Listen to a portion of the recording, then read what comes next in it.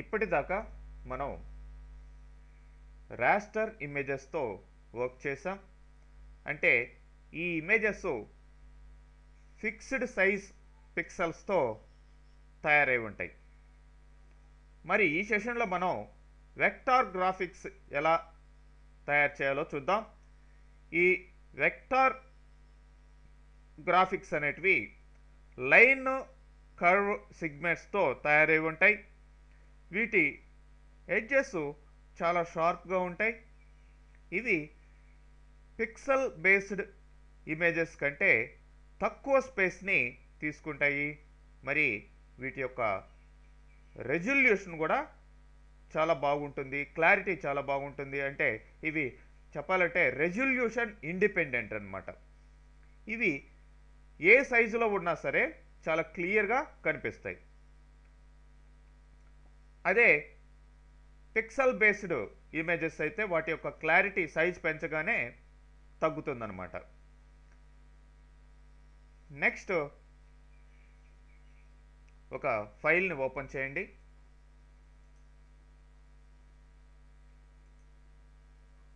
Chapter 8 తీసుకోండి. ఇక్కడ stars అనే ఒక ఫైల్ ఉంది.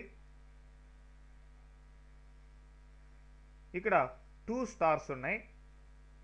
ఇవి ఆల్మోస్ట్ సిమిలర్గా కనిపిస్తూ ఉన్నాయి. సిమిలర్ సైజు ఎవ్రీథింగ్ సిమిలర్గా ఉన్నాయి. అయితే రైట్ సైడ్ ఉన్నది రాస్టర్ స్టారు, లెఫ్ట్ సైడ్ ఉన్నది మీకు వెక్టార్ గ్రాఫిక్స్తో తయారైన స్టారు. మరి ఇప్పుడు వీటికి డిఫరెన్స్ ఏంటో చూడాలి అంటే ఇమేజ్ మెనూలోకి వెళ్ళండి. ఇమేజ్ సైజ్ని డబుల్ చేయండి. ఇప్పుడు 720 ఉంది, 1440 ఇస్తున్నాను. విడ్త్ హైట్ పెంచాను. ఓకే, ఇప్పుడు చూడండి.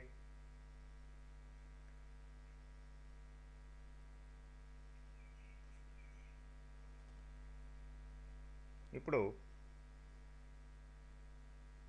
Ctrl+1 యూజ్ చేసి ఎన్లార్జ్ చేయండి. అంటే 100% చేయండి. మీకు చాలా క్లియర్గా డిఫరెన్స్ కనిపిస్తుంది. లెఫ్ట్ సైడ్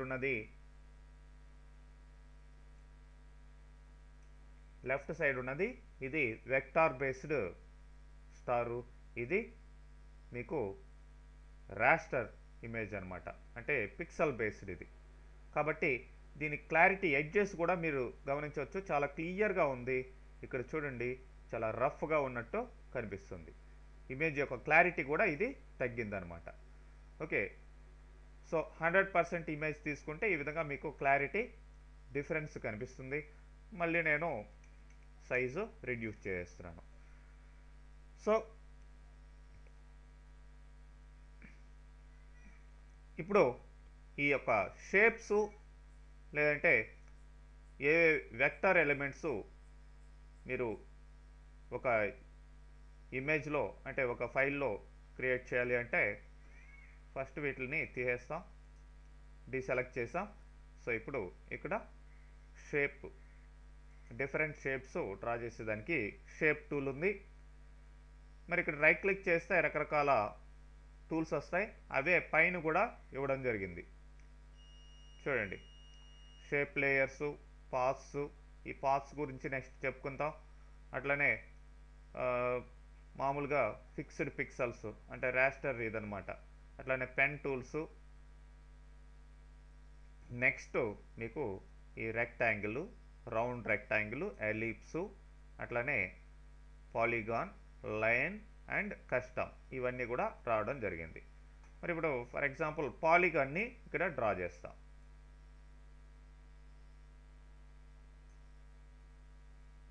సో ఆటోమేటిక్గా కలర్ఫుల్గా వస్తుంది. Ctrl+Z యూజ్ చేశాను, బయటికి వెళ్ళిపోయిందని. ఓకే, కలర్ఫుల్గా అంటే బ్లాక్ కలర్ తోటి ఫిల్ అయి రావడం జరిగింది. మరి ఇప్పుడు కలర్ని మీరు ఇక్కడ క్లిక్ చేసి కలర్ చేంజ్ చేసుకోవచ్చు. ఓకే, అయితే మీరు కొత్త షేప్ని డ్రా చేసేటప్పుడు ఇక్కడ కొత్త లేయర్ అనేది క్రియేట్ అవుతుంది.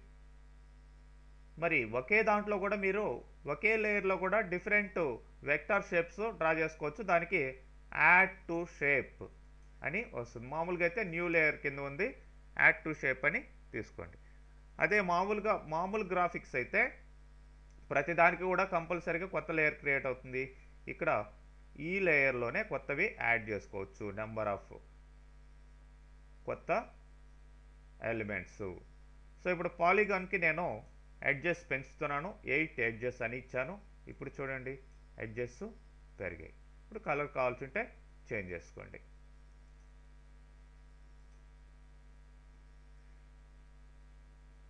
ఓకే,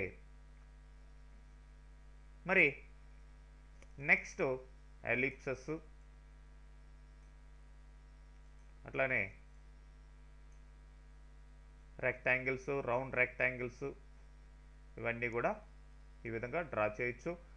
ఇట్లానే కస్టమ్ షేప్ తీసుకున్నట్లయితే ఇక్కడ మీకు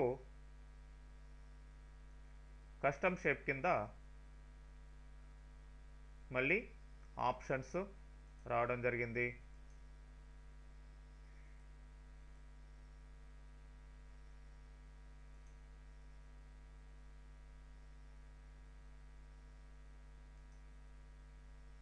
అన్కన్స్ట్రైన్డ్,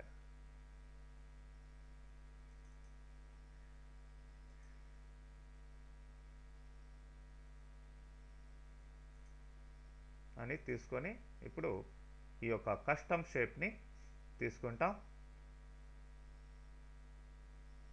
సో